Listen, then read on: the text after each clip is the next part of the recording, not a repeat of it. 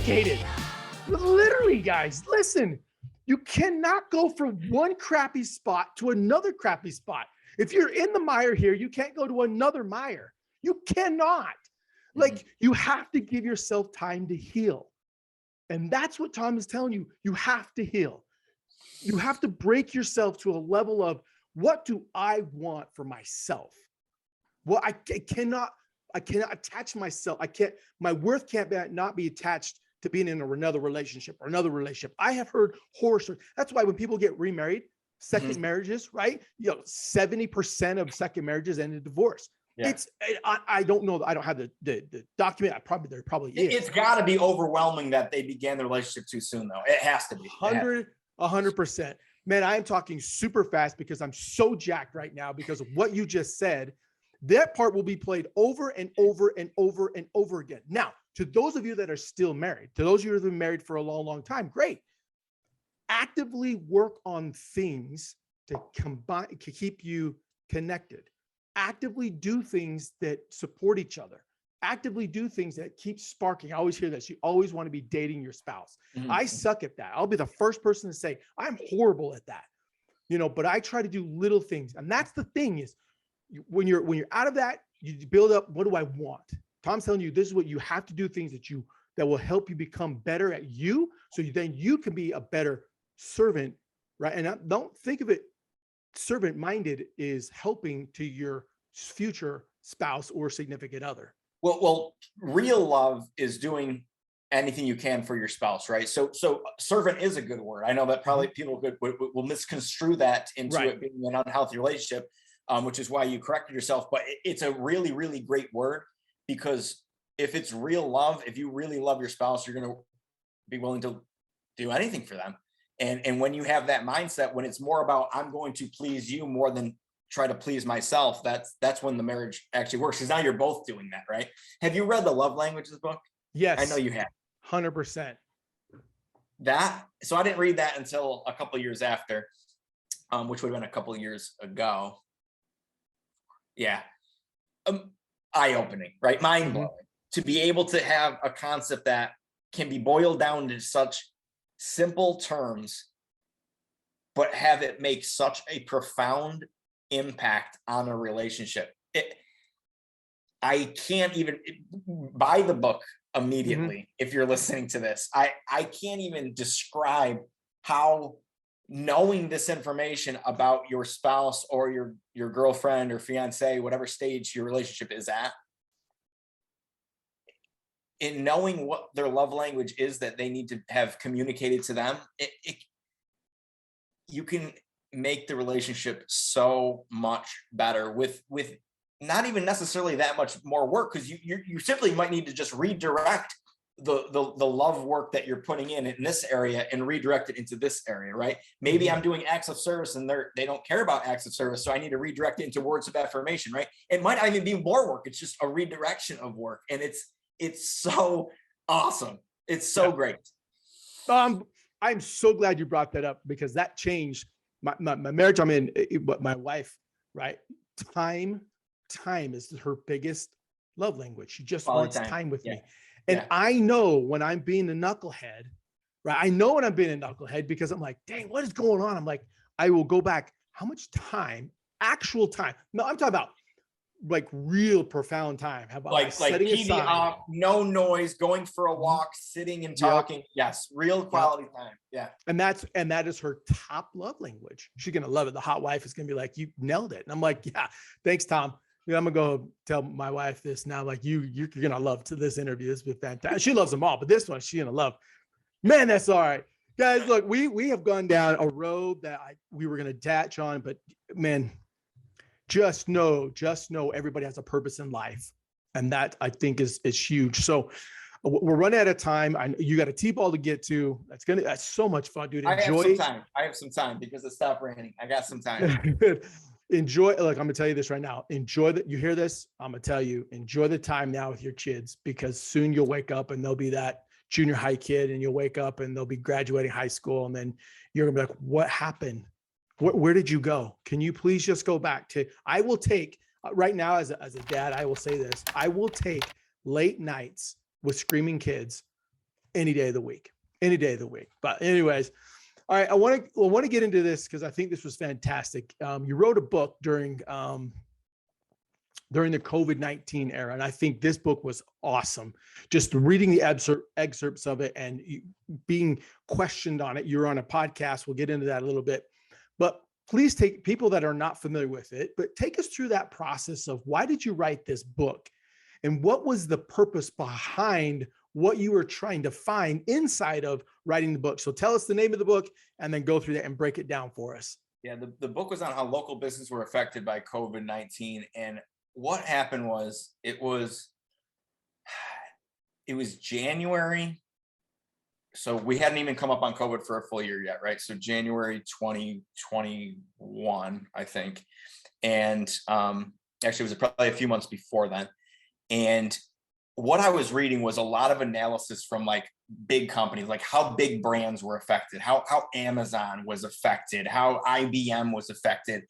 And I didn't think that there was really anything that was telling the story of the little guy, of the small business owner, and how they were affected and what they went through, like really went through, like on the day that the shutdowns happened, and what they were thinking as far as when am I going to open my doors again.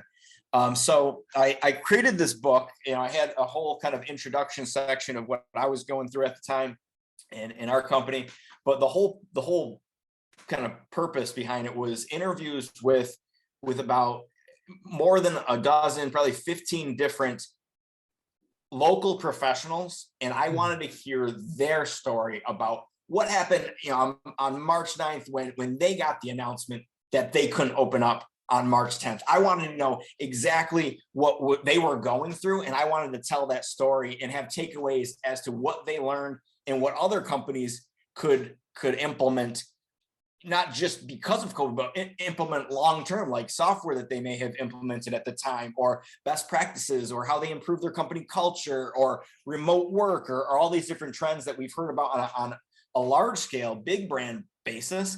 I wanted to see the perspective from the little guy down the street in Utica, New York. So I did a bunch of interviews. It took a long time. I had to compile it all. I had to create kind of each little story and kind of connect it all together. And publish that. I was working on a timeline because I wanted that to come out March 2021 on the anniversary of the shutdowns. So I was kind of hustled against that deadline, and I was successful, but I had to put in a lot of work to get that done. And I also recorded my own audiobook version of it, which took a while to record. But that was a really cool experience, and I think it was an interesting way of looking at the whole situation. What are in the whole research that you did in the book and the process? What are one or two principles that you found that was a common theme with all of we'll just call it the heartbeat of America. Small business is the heartbeat of America. So please tell us, what are one or two principles that you found during that was a common theme amongst all of the business owners? I think one is that the small guys were very adamant about keeping their staff together, right? I think you saw all these massive layoffs and furloughs and whatnot, and some of them needed to, but I think for the most part, the small business owner wanted to keep his work family together, and they did as much as they could. They leaned on PPP loans, and they implemented remote work, and they might have scaled back part-time. They did what they as much as they possibly could to keep the crew in place. And I think that's pretty telling of the heartbeat of America, as you said. I also think that a lot of them were agile and were creative and moved quickly to kind of change the way that they operated, or to come up with new ideas. The one that's coming up in my mind is the Utica Zoo. So we have a zoo here, and they rely heavily on grants and funding and volunteers and donations. And they, within like a week time period, got video equipment and got things together to be able to broadcast essentially YouTube-based shows of the animals, to be able to have classrooms and local students watch it as part of their science curriculum, because they needed to be able to still have content and resources and learning material from home now, because the kids were home, and the zoo got this together so quickly. And I think they said their website crashed on the second day that they had this out, because so many people were streaming the shows. I was really proud of people from my community to be able to come up with these ideas and turn it around so quickly to just adjust to the situation of what was going on. Oh man, that's freaking awesome. That's way cool. I mean, the transition that you see and hear, and being able to put a voice to those that typically don't have a voice. Like you said, we were listening, yeah, Amazon took a hit. Really? Anything you could buy was going through Amazon. Well, Walmart took a hit. Really? They were the only stores that were open. Costco was the only store. Sam's Club, these big franchise chains were all open. Yeah. The little mom and pop guy, what do you mean? Why can't I just run to a local drugstore, grocery store, and pick something up? And you gave him an outlet and you gave him a voice, man. That is freaking amazing. Amazing. Let me ask you this. How that process of going through the writing, I mean, I know writing a book, I wrote a book. You're right. It's long hours. It's tough. How has that helped you listening to the experiences of these small business owners? How has that helped you in refining your skill as a digital marketer? I think specifically as a writer, I have an appreciation for how long form content takes. I do a lot of posts on LinkedIn. It's short form. I've written a lot of articles. They're usually between 1,000 and 1,500 words. Not too long. I still have plans to write a full length book. I want to write it on. I want to help high schoolers understand all the different options available to them to make the right decision about really whether or not they should go to college and the different options out there outside of college, because college debt is crazy. I'm still in debt from my degrees from 15 and 12 years ago. And I'm really passionate about trying to help young people avoid that if they can, depending on the profession that they want to pursue. So I have some ideas of the book, and I've started to write down some notes and I've started writing some chapters to that. But I now know that a real full length book is going to take quite a bit of time invested if that ebook that I put out specifically through the lens of marketing took as long as it did. So I think that's one takeaway. But anytime you're writing, anytime you're interviewing, anytime you're taking somebody's examples of what they did from a business development standpoint, from a marketing standpoint, from a sales standpoint, from a technology and a software standpoint, all of these things help me learn. Like, I never walk away from a conversation or a networking event or an interview like this and not feel like I gained something. Like, I'm always putting, coins in my intellectual piggy bank and always have an appreciation for being smarter today than I was yesterday. Oh man, let me ask you this. So how have you seen, I mean, look, I've been in digital marketing also for, well over 15 years. How have you seen it change the scope and the landscape of marketing? I mean, would you say it's those that want to get into now marketing? Would you say it's easier, or would you say the automation of it? Look, because I get hit up all the time on LinkedIn with all kinds of automation. It literally is put your name here. It's the same 4 paragraphs. You say the exact same thing. I can copy and paste it. I used to keep this, but I don't anymore. I used to have a Word doc that everybody would send me something. I would copy and paste it and go, look, 90% of all the verbiage that was sent to me is the same verbiage. It is the same thing. You get no love from me if that's all you're going to do. So take us through that process. I mean, what do you think is digital marketing? You have to be a rap lyricist like yourself? Do you have to understand the medium or the people that you serve? Please help us understand that the new digital marketing space. The digital marketing space today, the marketing space today is really, really different than it was in years past. I think that the barrier for entry to enter this field and to create a company, even if it's a freelance venture, is 15 minutes, right? It's creating a Google Ads account and a Facebook Ads account, which I can do in 15 minutes. And I'm now officially a digital marketer. come work with me and I'll do your ads for you, right? Like that's the barrier of entry to be a digital marketer today. And I'm certainly not knocking online resource and online education. I'm actually a huge proponent of it. And maybe we'll get into that a little bit. I want to start doing more of that to be able to teach and to sell courses and things like that. But what I'm trying to say is not a lot of people have invested time into learning and have built experience before they say they're a qualified digital marketer and they're selling their services. So because of that, the competitive landscape is absolutely insane. Like the amount of agencies, and you work for an agency, I work for an agency,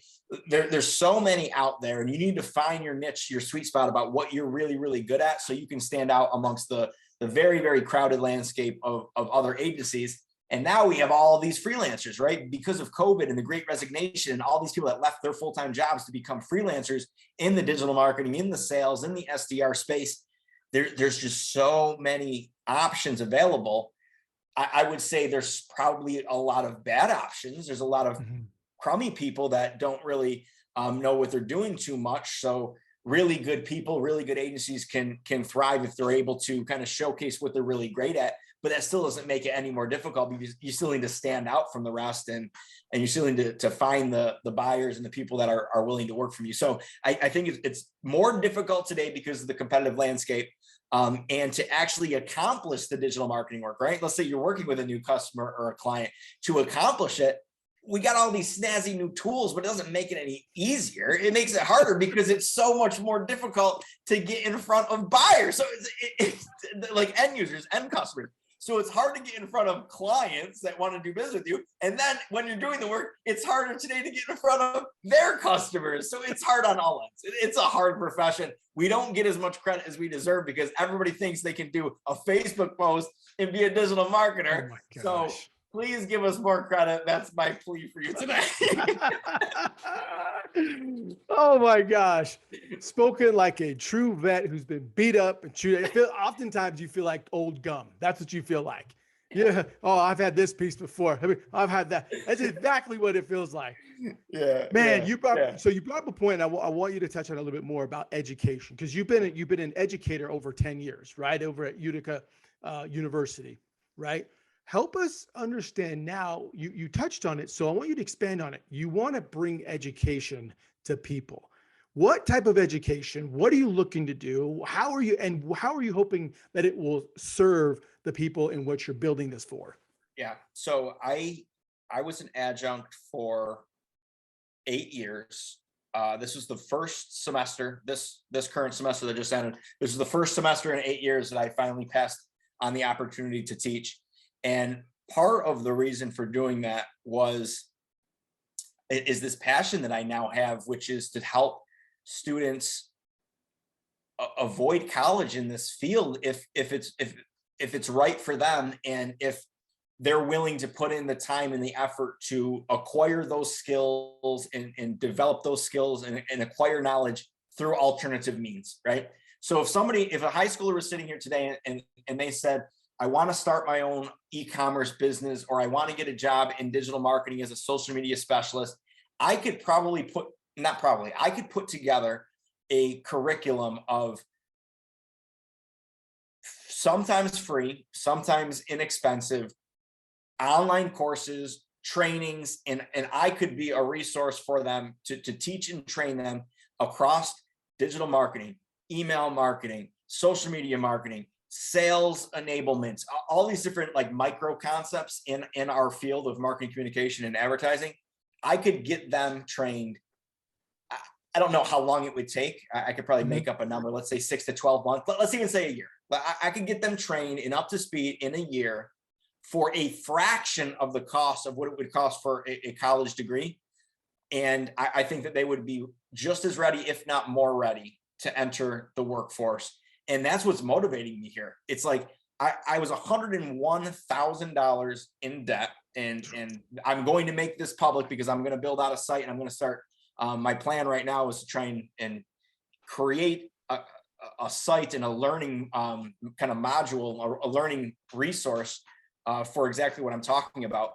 $101,000, and I know that the available resources today is not going to cost you anywhere near that. Maybe a few $1,000s. You still need to put in time and effort. It's not like I'm trying to advocate for not putting in effort to learn new skills and to become talented and invested and knowledgeable and experienced in this field. It's a difficult field. I just don't think that you need to go the traditional route and go $101,000 into debt to make it happen.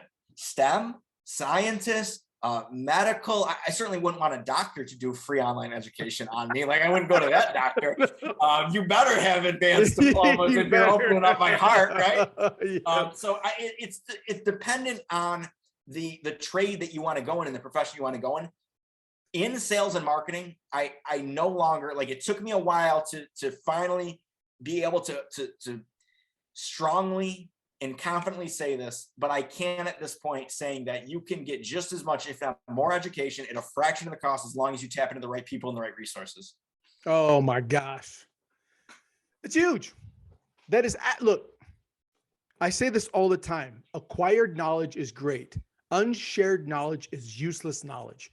What you're doing is you're giving individuals, because of this age, this digital age that we're in, there are more resources available. We'll knock on him, right? Knock on the kid who's in his parents' basement, create a Facebook ad. I'm a digital marketer. No, you're really not.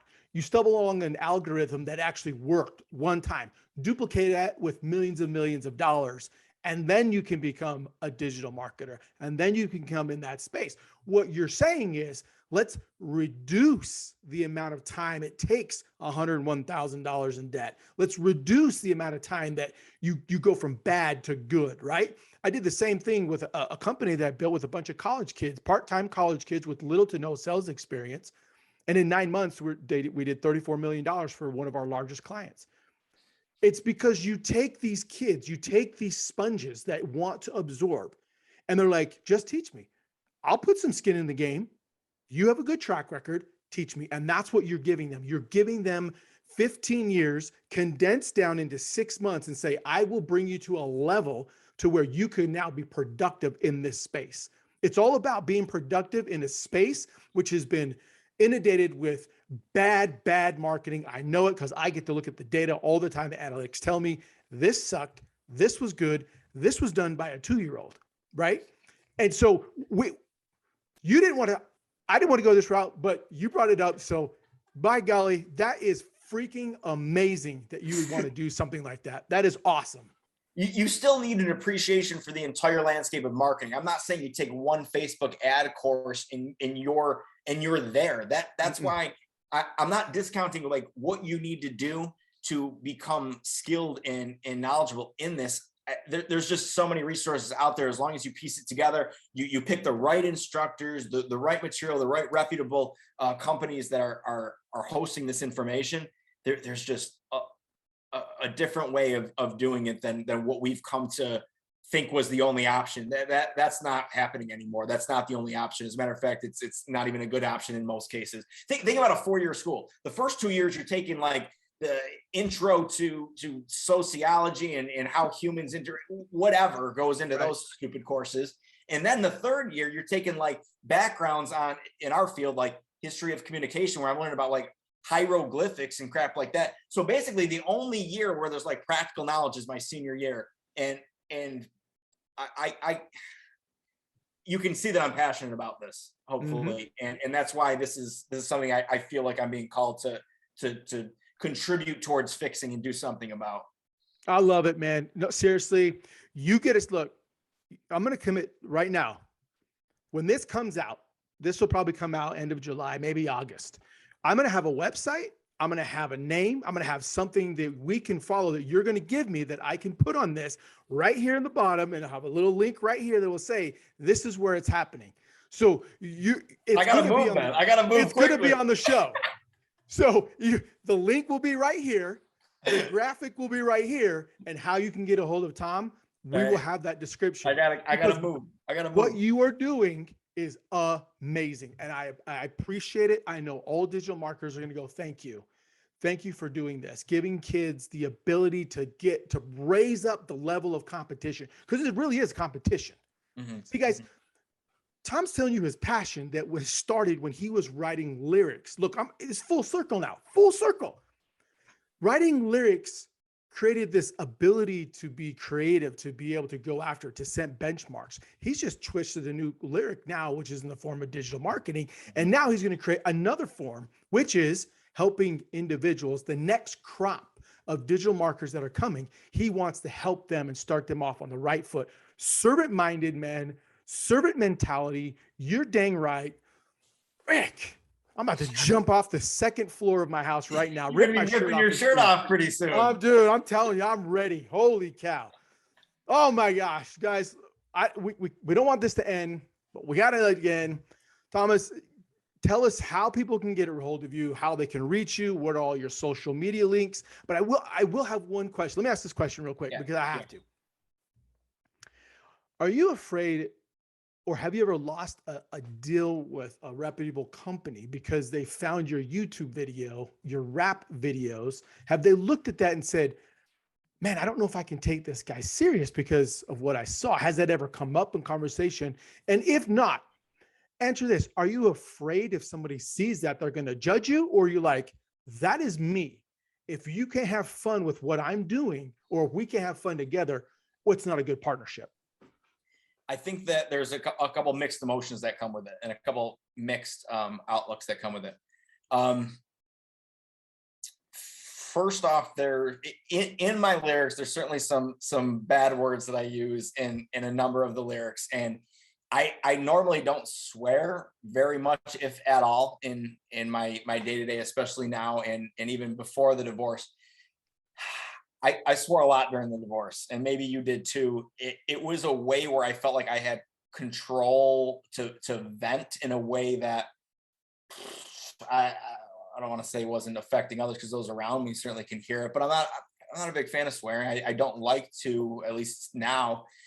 I swore a lot during the divorce, and when I was writing lyrics, part of it was I didn't want to censor myself. I wanted my raw emotions to come out on the pad, right, as I was writing, and I kind of celebrated and embraced that. So whatever I ended up writing, I wanted to record, even though I knew, there was a lot of swear words there. And part of it too was I didn't want to censor myself and hold myself back, because in the rap culture, it's just like that.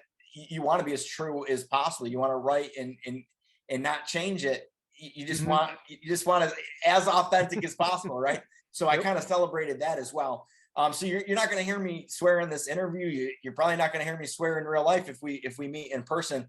But if you go back in the songs, there's definitely going to be some rough lyrics, and they were captured as they were. And sometimes I feel bad when I listen back to it, and sometimes I think I bottled it in the way that it was when I recorded it, and I captured that moment in time. So that's kind of like the only real thing I worry about if potential clients are looking at it. I don't really worry as much about it just being hip hop in general, or it's creative, it's high quality. I sort of look at it as like they can see that that I'm a creative guy. I'm passionate about something. I think there's pros and cons to it. I haven't had anyone that has said I'm not willing to work with you because of the music. Maybe there's been people, and I just don't know, they've been turned off by it. It's certainly possible. I think it can go both ways. I think it depends on the day. It depends on how I'm feeling at the time. But there's certainly that possibility of it. But it was something I was into. I love hip hop music. Do I want to do business with somebody that doesn't, respect my interests and who I am as a person? Maybe not. Maybe that's a good way of looking at it. But I can definitely appreciate both sides of the token. But it's there. It's available on Spotify, YouTube, wherever you want to listen to it. It certainly is there. So I have to deal with the repercussions if it comes to be. Look, I bring that up because of one reason. One, you should don't ever apologize for what you wrote, because in the moment and at that time in your life, you had to get it out of your chest. So it was better to get it off the chest and suppress it, and then have it affect you later on in life. So you listen to me, I'm older than you, and I've been through this more, right? So don't ever apologize for that. The second point that you made, which was fantastic, you don't want to do business with somebody that doesn't respect you, who you are, and your passions. You never give up look, you don't lose yourself for the dollar.